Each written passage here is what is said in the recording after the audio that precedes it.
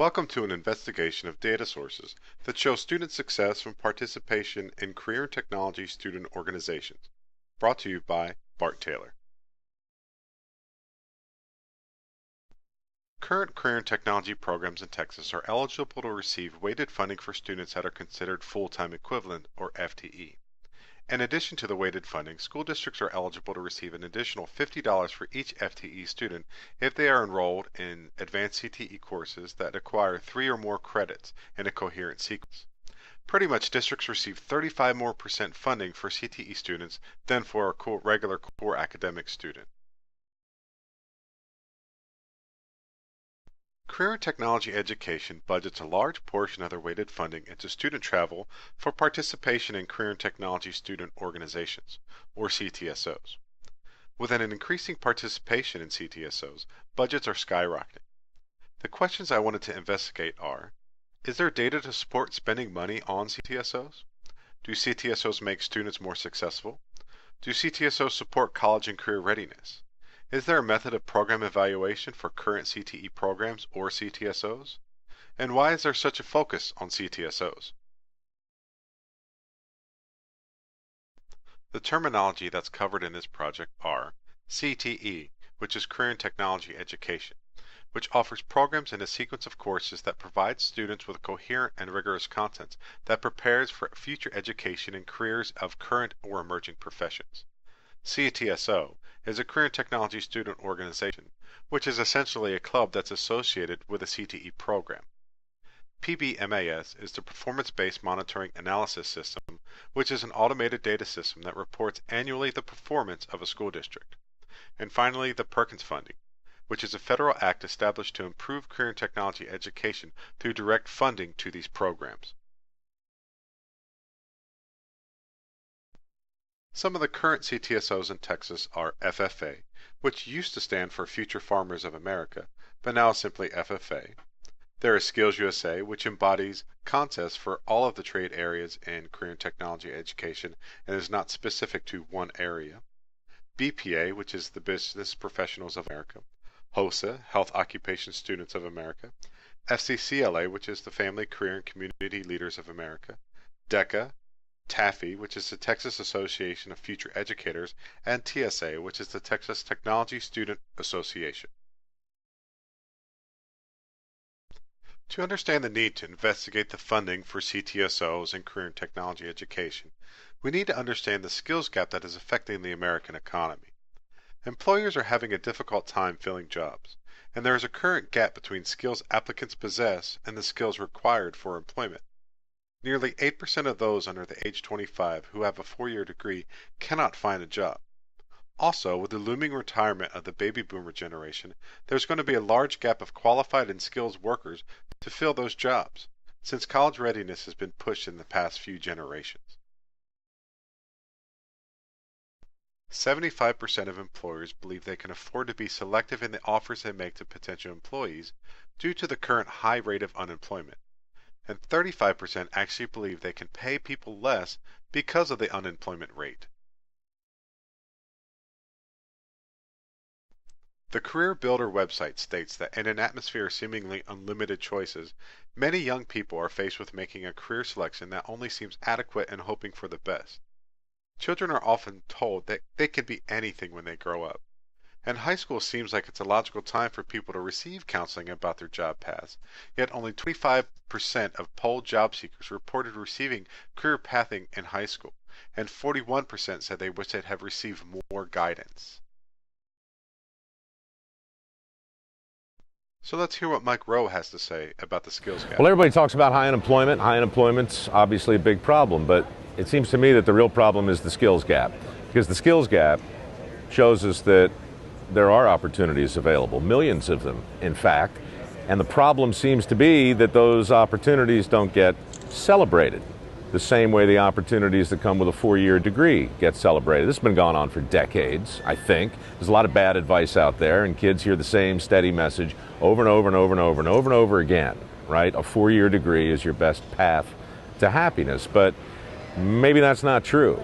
In fact, it seems like the jobs that are available today, the really good jobs that can pay upwards of 6 figures, most of those require some kind of vocational background.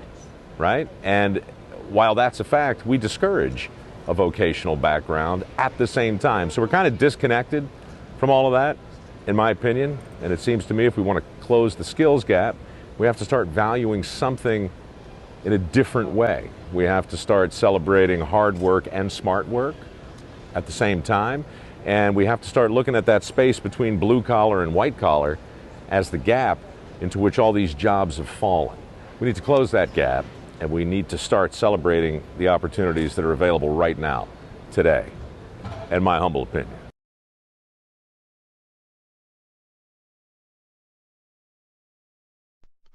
Many students are entering the workforce with no knowledge of the types of entry-level jobs that are available to them, no awareness of internships that may provide them with valuable skills, and no mentors to guide them through the right direction. High school seniors should consider their options before making the choice to take on a debt load of college. There are many careers for which a trade school is better and a cheaper option. 44% of college-educated workers under 25 have jobs that do not require a college degree. How great would it be to hear a young student say, "I want to grow up to be a welder, or a plumber, or a beautician," and not just your typical, "I want to be a doctor or lawyer."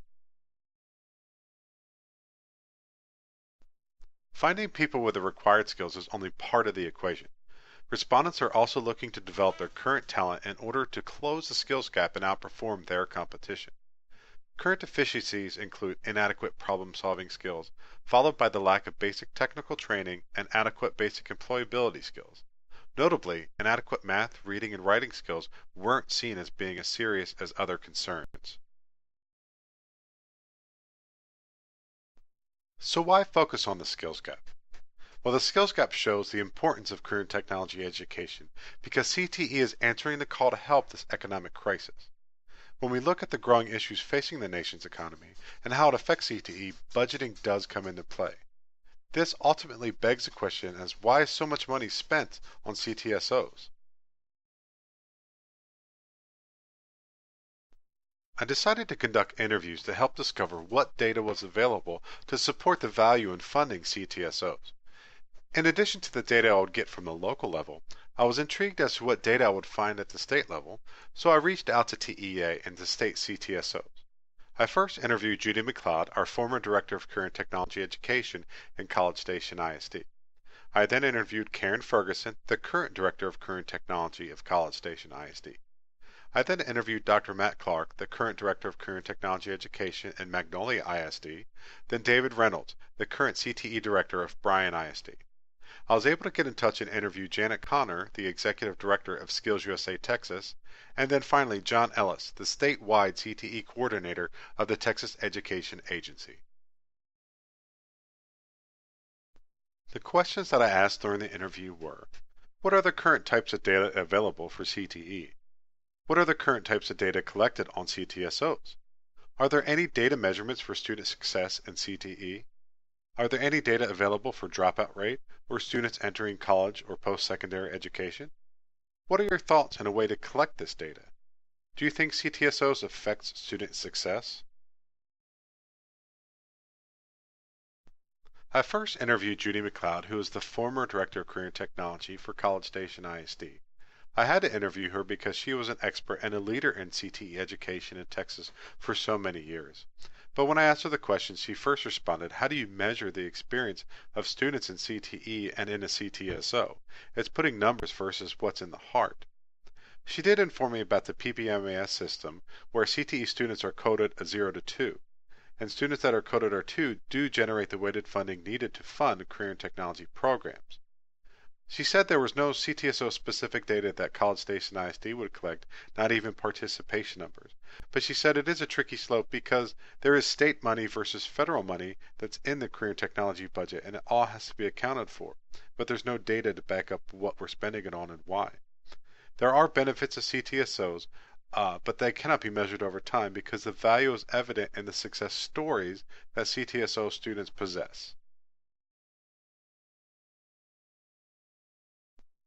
Throughout the progression of these interviews, I did realize that getting the actual data of enrollment figures and expenses, if it was available, would be a vital part of this research. I was unable to meet with the current director of College Station ISD Career and Technology Program, Karen Ferguson. However, she was able to send me some of the data.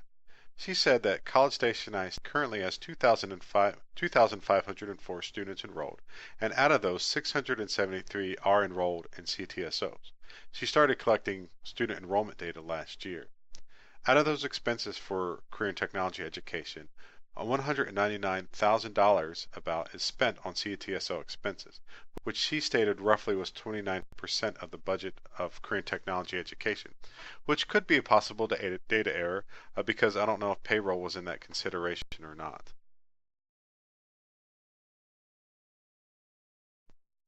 I interviewed Dr. Matt Clark, the CTE director of Magnolia ISD. He was very intrigued into my research for CTE and CTSO data because he's never considered the implications that CTSO data may have versus student performance. He did restate the PBMAS data information, but he also said that his district does collect CTSO participation information. Magnolia ISD currently has about 519 students in CTE education, and they spend about $16,000 for travel. This is a huge difference versus College Station ISD, where there's just 150 students difference in the numbers of students participating in CSOs, versus College Station ISD spending $200,000 on travel. When I met with David Reynolds, the Bryan ISD Director of Career and Technology, he stated they're actually developing a local CTE effectiveness program evaluation. He also restated the PBMAS data information, but provided a lot more data than I was looking for. He said that their overall CTE budget is about $3,059,000, and that the CTE payroll is about $2,571,000. From the overall money, he gets about $228,000 in Perkins funding, which is the federal money, and out of 3,159 enrolled students in career and technology education, about 600 are in CTSOs. He finally stated there's about 8% of the overall budget spent on CTSOs, which equals $244,000.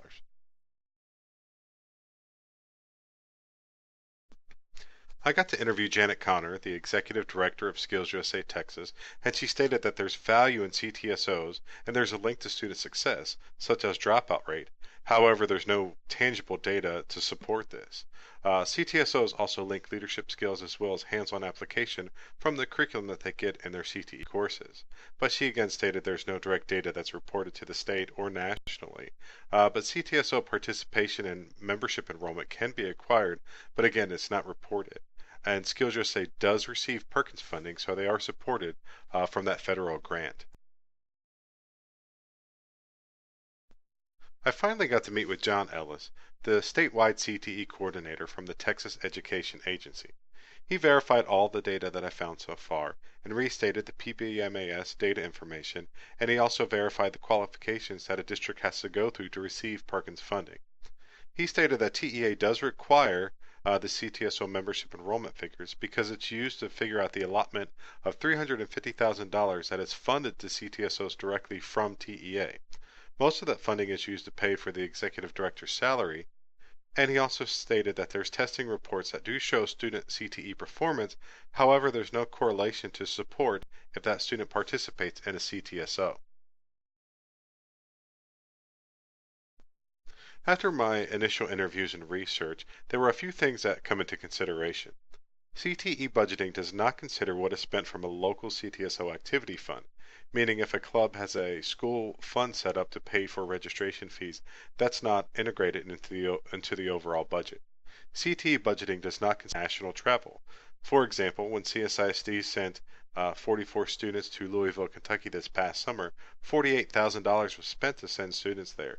That wasn't in the initial CTE budget.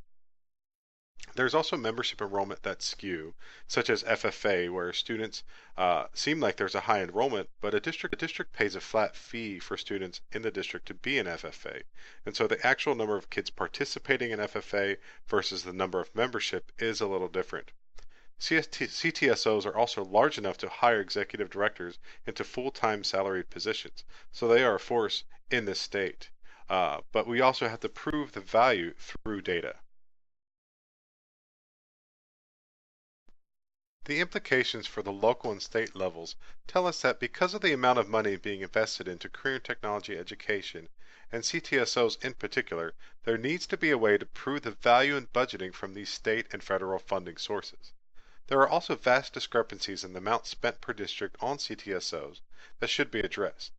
Why is one district spending 30% of the budget on CTSOs versus another that only spends 8? Ultimately, Texas needs to develop an evaluation of CTE that includes CTSO data. Let's hear some final thoughts from Mike Rowe. Skills USA has so much value and so much to offer. I could probably talk for an hour about it, but if I only had a minute, which apparently I do, I would just say this.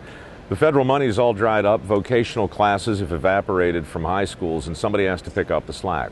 Somebody has to come in and celebrate the opportunities that are available and encourage kids to do a very specific kind of job, to explore a very specific kind of career. Nobody else is doing that today. Skills USA is on the front line. They're encouraging soft skills, they're encouraging specific skills, they're encouraging skill in general in the same way that education in general is always encouraged. Skills USA is adding balance into a system right now and a message that's really been unbalanced for a long time. So that's the role of skills. They're the connective tissue in between the opportunities that exist and the hopes that a lot of parents and kids have for their own future. They're making a real difference every single day, day in and day out. They're actually moving the needle in a way that nobody else is, which is pretty cool. Skills USA champions at work. Clever, huh? Because it means a couple different things. Champions that are working, and then it also means that they're champions of work, and yet it also means that when it comes to work, they are the champions. So there's really a lot going on in a very simple motto. Let's review. Skills USA, champions at work.